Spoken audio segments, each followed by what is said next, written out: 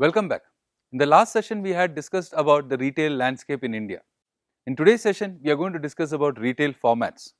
Now, to understand, it is important to understand retail formats because this is one element that makes you distinguish yourself from a lot of other retailers. It could be part of the retail strategy, it could be an element of differentiation, and it helps you connect to the target audience in a better manner. It makes sure that the audience is understanding what kind of value and what kind of products you are carrying, and thereby it will be much more influential to make sure that they keep coming back to purchasing more products from you. So, we will discuss about what are the parameters or what are the types of retail segregation that can be done based on different parameters that we will introduce in this session. So, first of all, I would like to start with the concept of variety and assortment in the retail space. Now, here we are now going to start off with a lot of a little bit of deeper understanding of how the retail operation works. So, I would request you to now pay close attention to all the concepts that we are discussing in this session. Now, we are going to introduce about variety and assortment. Variety is the number of merchandise categories offered by the retailer. It is also considered to be breadth of the merchandise. While assortment is the number of different items offered by the retailer in a specific merchandise category, and it's also known as the depth of the merchandise. And we also discussed about stock keeping unit, which is each different item of the merchandise that is carried by the retail store. Now, what do I mean by variety and assortment? Variety means how many different categories of products am I carrying as a retailer. Say for example, if a retailer is carrying only mobile phones, then the variety of their retailer is low as compared to a retailer who carries mobile phones, music equipments, televisions, ACs, etc., etc., etc., where the variety is now increased. Now, it is still lower as compared to a retailer who is carrying groceries, food, fashion apparels, etc., etc., and a lot of other categories. So, the number of categories is what is known as variety that the retailer is carrying. You will find that there are different retailers who have different levels at which they have variety in the store, or different levels by which they have breadth in the store. There are some retailers who focus on just one category of products and try to dominate that category of products. Say for example, if you take most of the jewelry stores, they only focus on providing jewelry and only one part of the entire landscape of products that can be sold as part of fashion. There are other retailers that might have a higher variety, wherein they will be having multiple categories of products when it comes to fashion itself. And then there will be other retailers who will have large number of unrelated categories under the store. So, that is why variety is important classifier when it comes to retail stores. Also important is assortment of products. Assortment is the number of items that you have under each category. So, how many different types of products are you providing for the same category is what your assortment is. Say for example, if I as a retailer, I focus only providing in one brand of mobile phones, then that means that assortment is low in my case. Whereas there might be another retailer who provides 10 different brands in the same category of mobile phones. So, hence the assortment is much higher when it comes to the retailer who is having a greater depth or greater assortment of products. If you compare any different retailer, you will find that there are going to be differences in their combination of assortment and variety, and there are retailers who are classified based on assortment and variety. Now, this is one of the most frequently used classifiers, and that is why I will dedicate a segment where I will discuss about food based and non-food based retailers, or food based and general merchandise retailers in the next segment. But it is important for you to understand what variety and assortment means. The second way by which we can classify retailers and we can distinguish between different types of retailers is the amount of services that retailers are offering. There are three types of retail operations that can be provided based on the kind of services that are being offered. One of them is self-service retailers, the second one is limited service retailers, and the third one is full service retailers. Now, all of these terms are very intuitive, and you would be able to visualize these three types of retailers in operation. A self-service retailer is where customers have to find the products and services that they want on themselves. There is no or very little assistance that is provided by the retailer himself. In a limited service retailer, there will be some elements of the service that will be provided and some elements will not be provided to the customers. In a full service retailer, these are generally more of luxury brands, wherein you will have a concierge, or you will have a very sophisticated service mechanism that will make sure that you have all the kinds of products and services you want and the kind of assistance that you want while shopping. So, based on services offered, you can classify retailers as self-service, limited service and full service retailers. Now, again you can classify retailers based on the store design and visual merchandise. Generally, you would have found that there are different types of stores which have different design inside the store per se and different layout inside the store. Say for example, if you go to a traditional department store, you will find something that is known as a grid layout.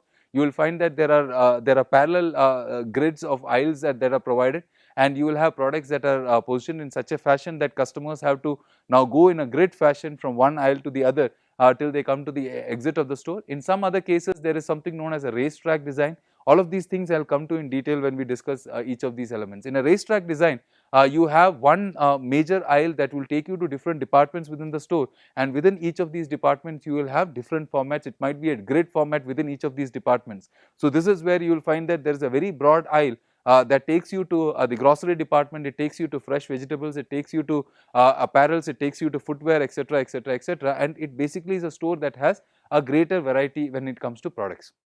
You also have stores, when you go to small boutique fashion stores, you will find that the products are not arranged in any specific fashion, but there is a free flowing design of the store. So hence, based on store design also, you can have different types of stores or different formats of stores. Now again, the location of the store is one important element, and based on the location of the store, you can now have different stores and different classification of store formats, right. Now again, based on location, you might find that there are stores which are freestanding sites, because these are not sites which are part of a business district, or these are not sites which are part of a shopping complex per se, but these are individual stores that occupy a freestanding space in a particular location. Say for example, in India, if you find many a times D-Mart stores have their own freestanding sites. In the West, you will find that most of the times Walmart stores are located in freestanding sites. They are not located in a mall. They are not located in the middle of the city. They are located in a place which is not heavily priced based on the amount of money they have to invest in getting that real estate, but they are positioned in such a way, and because they have high variety and assortment, a lot of customers tend to move to them. So based on location, you can have freestanding sites. Based on the location within the city, they can be in the center of the business district. That means that in the heart of the city, whichever is the main location in the city, that is generally called the business district. So you can have the store located in the central business city district. You can have stores that are located in inner city locations, which basically are locations which are densely populated, but not going to be the kind of locations which are the heart of the city kind of places. You can also have main streets in the city, and there you can have stores. So each of these locations and the stores that come up in different locations have different products and services that are being offered.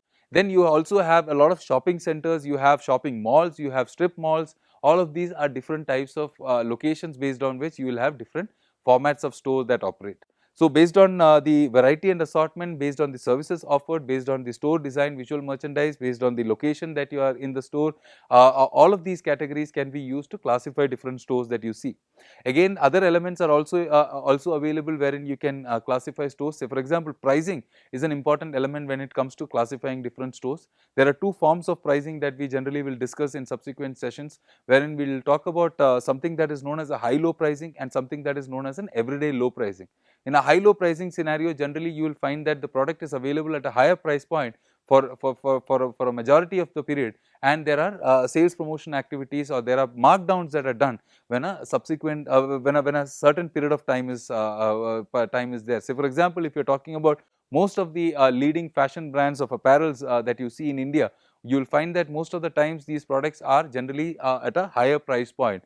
Many a times this is going to be new fashion that comes into the shelf, or this is going to be a trendier product that comes into the shelf. It will be provided at a high price point.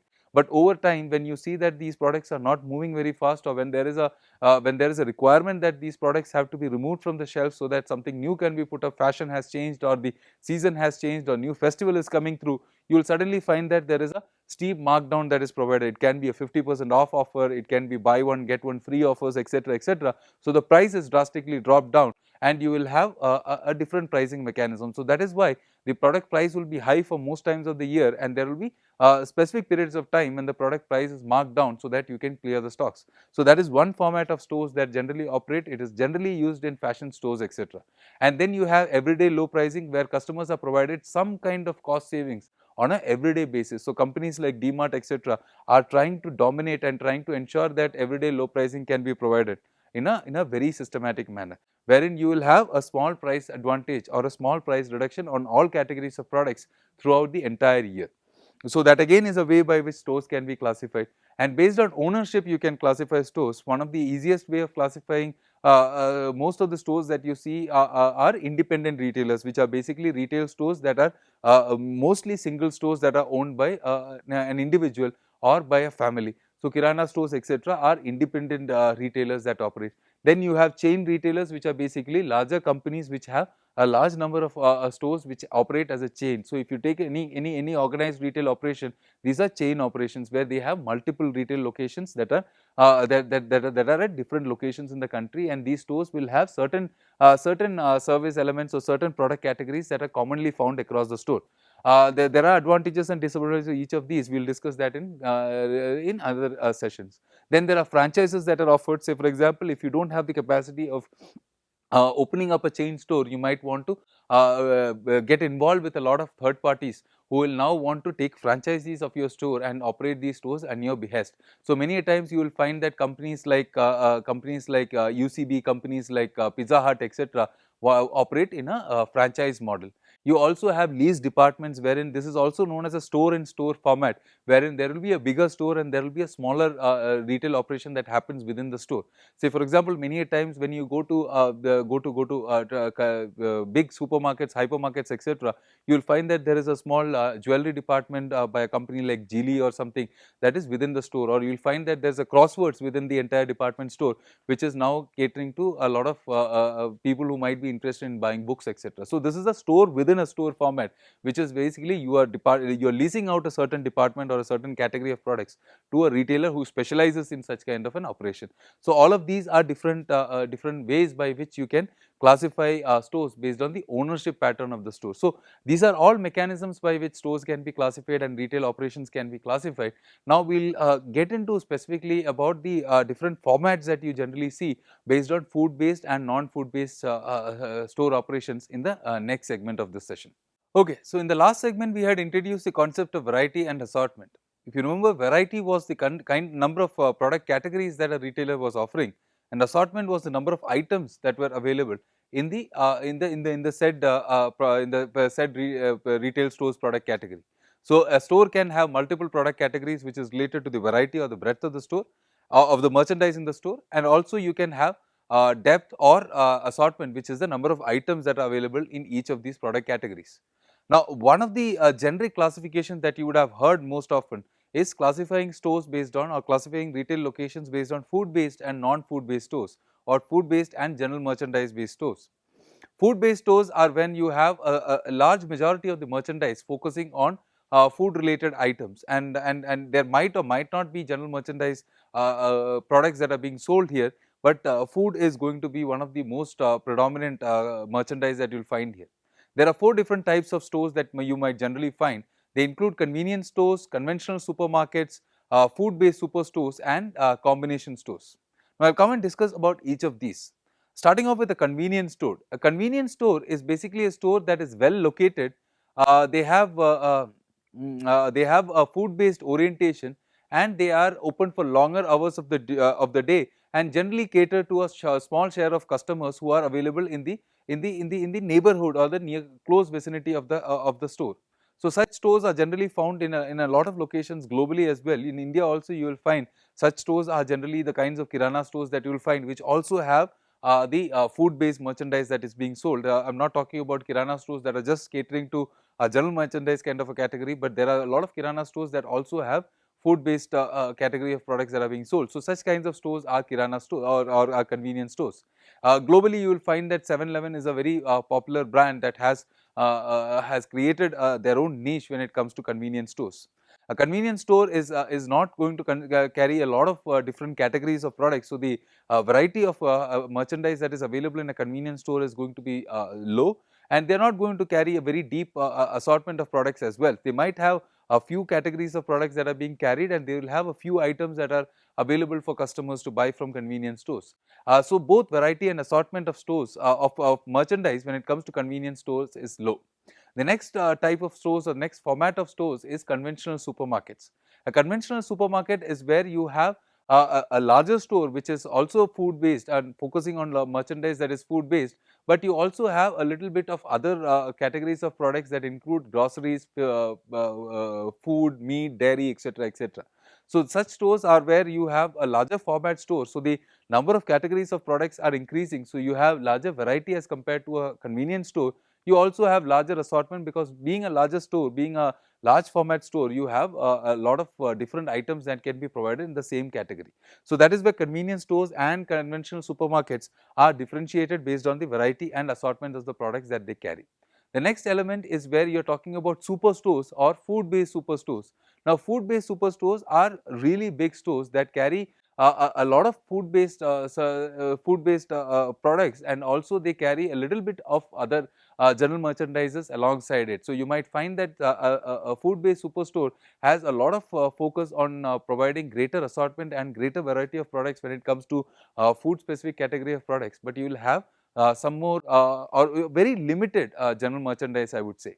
A combination store is where you will have the kind of food based offerings like you find in a conventional like you find in a food based superstore, but here you will have larger focus on the general merchandise that is being sold. So you will have pharma products, you will have a lot of healthcare related products, or a lot of cosmetic products, etc., etc., that might be brought into the same store. So that becomes a combination store.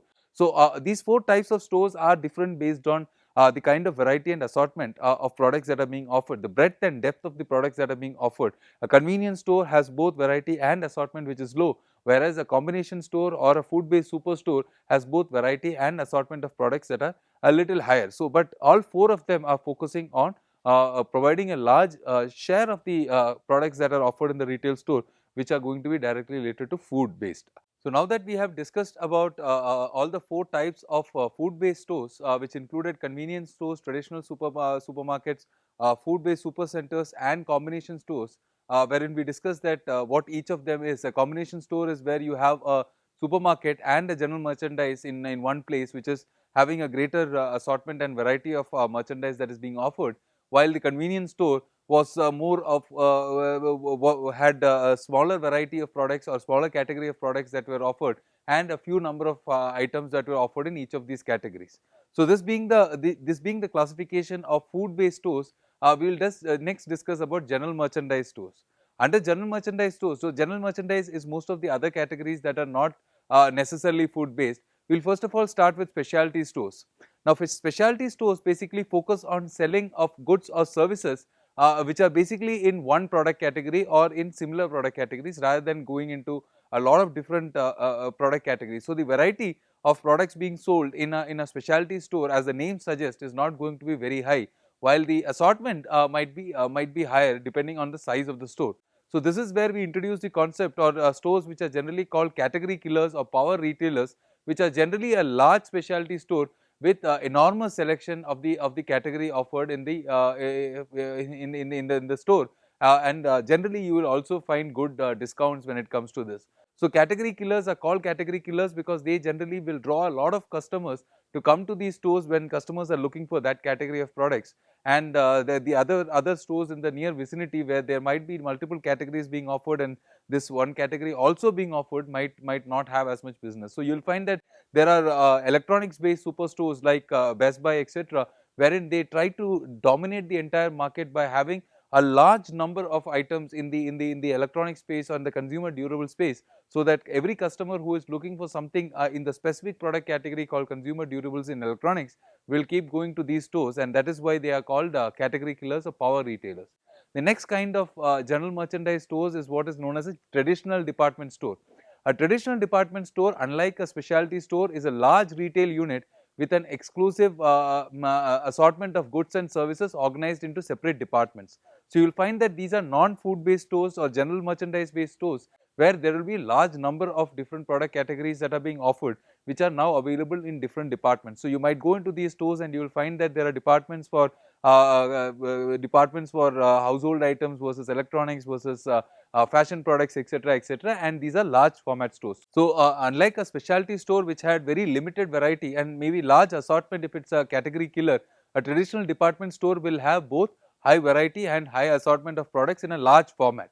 Then we have full line discount stores, which basically are focusing on providing high volume, low cost products, to customers at a less than normal price when it comes to, or less than conventional price, and they generally operate in a everyday low pricing format. So all product lines or all different categories of products that are being offered by such stores will be providing less than conventional price to its customers, and there is some saving that customers will find in all the different types of products that we are seeing here.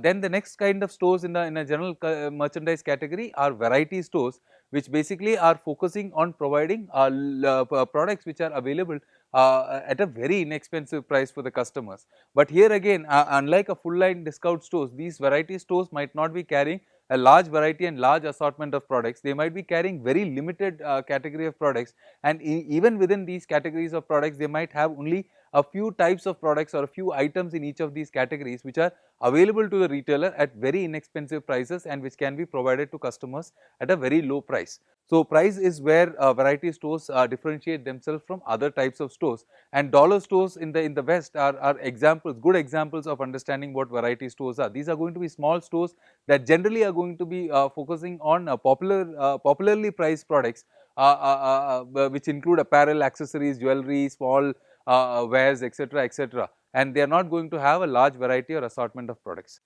Factory outlets are again different than all of these models, wherein the manufacturer is basically the manufacturers own the store, and they start selling a lot of products through these channels. This is more of a direct distribution mechanism, wherein a lot of discounted merchandise is provided to consumers through such channels. So this could be a lot of irregular merchandise, a lot of cancelled orders, and maybe at times you will also have first quality merchandise that is being sold directly through factory outlets. This this might be owned by the manufacturer, but there are also business models where factory outlets are now coming up by retail specific operations as well, or companies which are focusing on providing factory outlet kind of an experience to customers, but these are not owned by the manufacturer themselves.